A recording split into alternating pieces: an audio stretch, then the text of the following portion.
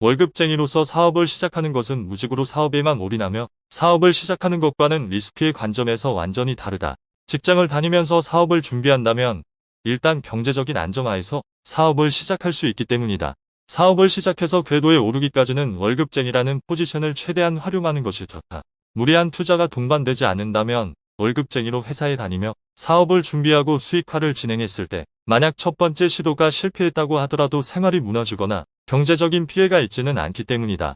따라서 직장인이라면 자신의 지금 포지션을 최대한 활용해야 한다. 이번 챕터를 통해 월급쟁이로서 사업 시스템을 만들어 나가는 이 점에 대해 이해한다면 절대 망하지 않는 사업을 시작할 수 있게 된다. 첫 번째 직장 생활을 하면서 사업 준비를 하는 전략은 받은 만큼만 일하고 주변의 눈치는 적당히 보라이다. 월급쟁이가 회사에 다니며 사업을 준비하기 위해서는 시간이 필요하다. 사업체를 위해 공부할 시간, 사업체를 키우는 데 필요한 경험을 익힐 시간, 내 사업체를 만들어 낼 수 있는 시간 말이다. 하지만 많은 이들이 원치 않는 야근, 주말 근무, 회식 등으로 본인의 소중한 시간을 회사를 위해 쓰고 있다.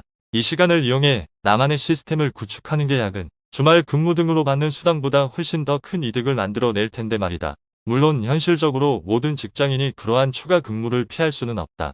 동료들의 눈치, 상사의 눈치, 근무 평가 등을 고려하기 때문이다.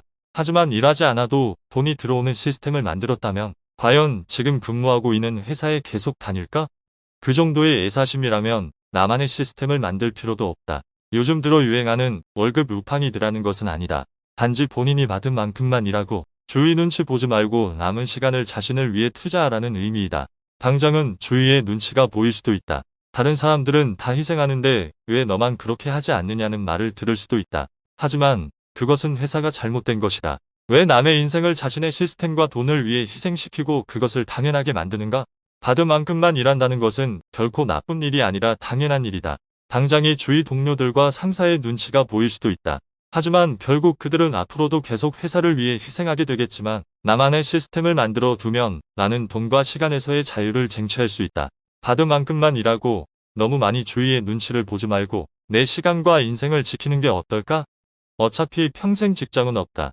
회사를 위해 내 소중한 시간을 제대로 된 대가도 없이 허비하지 말고 진짜의 인생을 찾기 위해 투자하라. 결국 최종 승자는 당신이 될 것이다.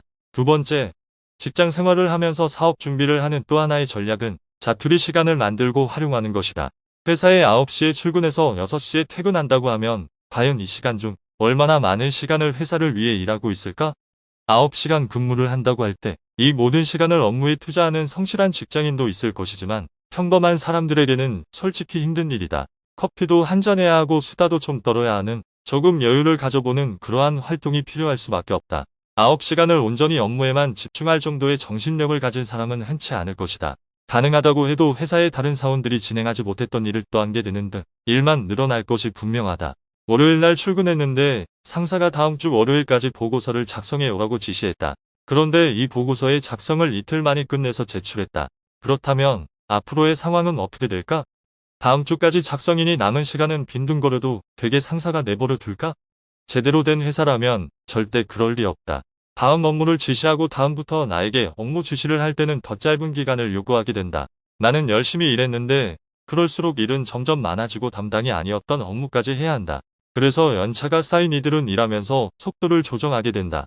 적당한 수준에서 상사의 지시 스케줄에 자신의 업무 속도를 맞추는 것이다. 이는 잘못된 행동이 아니다. 중요한 건 이 속도의 조정에서 발생하는 자투리 시간을 그냥 시간을 보내는 것이 아니라 나의 사업 시스템을 만드는 데 활용해야 한다는 점이다. 방식은 다양하다. 내가 운영하는 커뮤니티 시스템의 시장 조사를 할 수도 있고 동향을 파악하거나 퇴근 후 들으러 갈 강의 일정을 체크할 수도 있다. 아웃소싱 업체들을 선별해 두거나 직접 회사에서 자투리 시간을 이용해 본인 사업체 업무를 처리할 수도 있다.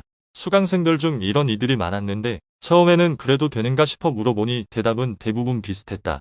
어차피 온라인 커뮤니티 플랫폼 시스템 구축 활동은 옆에서 봐도 뭘 하는지 모르고 담당 업무에 차질이 없게 자투리 시간을 만들어 활용하고 있으니 문제되는 경우는 없었다고 했다. 이들은 회사에 다니며 자신의 플랫폼 시스템을 완성했고 회사에 다니며 자신의 수익 파이프라인이 늘어나기 시작한 시점에서 퇴사하여 잘 살고 있다. 보통 시스템을 만들고 1년 정도 자신의 연봉 이상이 플랫폼에서 발생하면 퇴사하는 수강생들이 많았는데 결국 이들이 자신보다 조금 더 빨리 승진하는 동기보다 훨씬 더 우월한 인생의 승자가 되었다. 직장 생활을 하면서 사업 준비를 하는 마지막 전략은 바로 내 사업을 위해 회사를 최대한 이용하라이다. 내 사업 시스템을 만들기 위해 회사를 활용할 수 있는 방법이 있다고 생각하는가? 대부분의 직장인들에게 이 질문을 한다면 쉽사리 방법을 떠올리지는 못할 것이다. 하지만 이는 인식을 바꿔보면 얼마든지 가능하다. 회사의 힘으로 거래처를 미리 만들어 두거나 무언가 부정적인 이득을 취하라는 것이 아니다. 회사에는 수많은 사람들이 존재하고 그들은 다들 자신만의 무언가의 능력을 갖추고 있다. 최 주임은 나보다 엑셀 프로그램을 잘 다루고 이 대리는 나보다 제안서 PPT를 잘 만들며 영업부의 김 과장은 영업을 정말 잘한다. 다들 나보다 잘하는 무언가의 능력을 갖추고 있을 것이다. 이들의 능력을 나의 것으로 한다면 내 사업 시스템을 만드는 데 있어 매우 큰 도움이 될 것이 당연하지 않은가? 내가 회사에 나와서 이러한 것들을 하나하나 배우려면 다 비용을 지불해야 하고 필요한 능력의 종류가 많을수록 더 큰 비용과 노동력이 소모된다. 엑셀 프로그램에 대해 모르는 것이 있을 때 회사에서는 동료나 상사에게 물어보면 간단히 끝나지만 회사 밖에서는 하나하나 교육을 들어야 한다. 회사는 열심히 배우려고 하는 사람을 무시하지 않는다. 회사 동료들도 사람이고 조금만 친해진다면 자신들이 가진 기술을 같은 회사 동료에게 가르쳐 주는 것에 그리 인색하지도 않다. 이런 최고의 배움의 장이 어디에 있단 말인가. 회사에서 당신이 필요한 모든 스킬을 최대한 배우고 익혀라. 당신에 대한 평가도 좋아질 것이고 업무 능력도 향상되고 보다 좋은 대우를 받게 될 것이다. 당신의 능력이 올라가는 만큼 회사의 입장에서도 이득이니 말이다. 이는 회사와 당신 모두에게 윈윈이 될 것이며 당신의 기술이 늘어갈수록 더 많은 배움의 기회를 얻게 될 것이다. 그러니 배워라. 능력 없는 사람은 회사에서 살아남을 수 없다. 다들 무언가에 대한 능력을 갖추고 있을 것이다. 친해지고 철저히 배워서 전부 당신의 것으로 만들어라. 이렇게 계속 배우고 익히는 이는 절대 도태되지 않는다. 이상 돈독이었습니다. 도움이 되셨다면 구독과 좋아요 부탁드립니다.